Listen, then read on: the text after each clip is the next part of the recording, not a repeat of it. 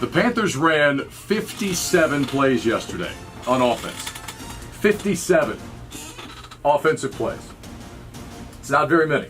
Not in today's day and age of football. There are mitigating factors for that on a game-to-game basis, why you might run the number of plays that you run. But the Panthers didn't turn it over early on like they did against the Redskins. There were no two early DJ Moore fumbles that limited their possessions, limited the snaps. They only ran 57 plays yesterday. It's not very many. Curtis Samuel played 16 offensive snaps yesterday. One of those 16 was a hell of a catch in the back of the end zone to haul in a touchdown to tie the game. So, 16 snaps. Devin Funchess played 48 snaps of the 57. 3 times as many, literally 3 times as many snaps as Curtis Samuel.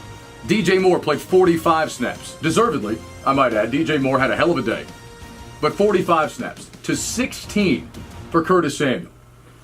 Now, it doesn't take a rocket scientist to figure out that there's more to playing that position than just catching the football. I know that. Frank clearly knows that. Everybody in this room and listening should know that. But 16 snaps for a guy who has scored 5 touchdowns this year on 21 touches?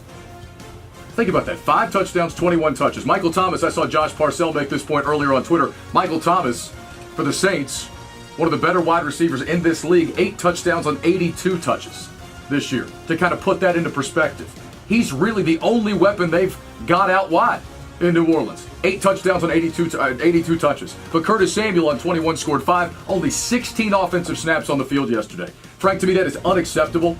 And of the many things we can gripe about, complain about in yesterday's loss, and of the many things we can pin on Ron Rivera or Norv Turner, that's one of those that I don't think we've gotten a good enough explanation for. 16 snaps for that guy? What's happening? He's not going to continue at that rate. I think you understand that. His efficiency is not going to continue to be what it is right now. You're right about that. It's going to go down. It's even going to go down further when defenses start putting defenders and paying attention to him as a guy that is maybe a threat.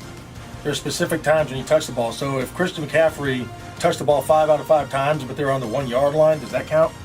He's got 5 touchdowns. He's touched the ball 5 times. Mm-hmm. Pretty efficient. Should Right. he play more? I know what you're angling at. And that's my point. But there's you a lot. also... I'm not saying that he shouldn't get more opportunities, right?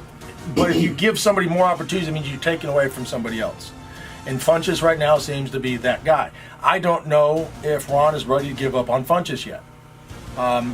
There's a track record. There's a history. This is a short sample size for Curtis Samuel. He will continue to show improvement. He'll continue to get more plays. That's the way it works. You earn playing time. You're not just giving it to him. He's earning more playing time each and every time he steps out there because he continues to make plays. So those things are going to coincide. They're going to work themselves out. And eventually, you're going to see Curtis Samuel on the field as one of those, 3 guys making plays. And I pointed out what you said last week. A moment ago when you said his production's going to go down. He's not going to continue to be that efficient, right? I know that. You know that. We all have to expect that. No one's going to average a touchdown 25% of their touches. You can't sustain that throughout the course of a season. But what you have to acknowledge is that we're constantly told we got to get our best playmakers on the field. That kid is one of your best playmakers. And I'm not saying he has to play more snaps than Devin Funchess right now, but a third of the offensive snaps is the best you can do. Yeah, there's a lot more things, too, than just going out there and catching the ball, playing wide receiver, as we pointed out earlier. Blocking somebody. Who's going to crack back on? Those are the things. I mean, he's also a valuable piece right now with special teams. He's been a special teams, gem for us as a gunner. He's gone down there and down a couple of plays inside the 10-yard line and, made some good tackles. He has a lot of speed. There's a lot of upside there with Curtis Samuel. But there's also some, baggage that goes along with that. If you remember the injuries, I don't know if he could, help that or not, but the hole in the heart, the things that, you have to go back there and earn that playing time. Running the right route. Now if I have 2 guys out there with DJ Moore and Curtis Samuel that are both, young players, we'll call Curtis Samuel a rookie for argument's sake because he is. He didn't play last year because of injury. He goes out there and DJ Moore go out there. Who's supposed to side adjust when the blitz comes? Neither one of them do. That's an interception or a sack. You lose games that way. You're supposed to run it in, you're running out. Cam throws the in, expecting you to run the in, as we saw with the other tight end, as he's running down the middle of the field, Ian Thomas, and it's an interception. those lose you football games.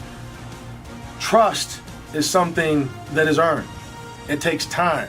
It takes consistency. He's earning more. Ron will trust him more. It's not just going to be given to him. That's sound logic, but I think he's earned more than 16 snaps in a game against the Lions. And you and I can disagree on that. We can agree it doesn't. That doesn't matter what you or I agree. That's true. No, that's reality. absolutely It's true. the reality of what's happening.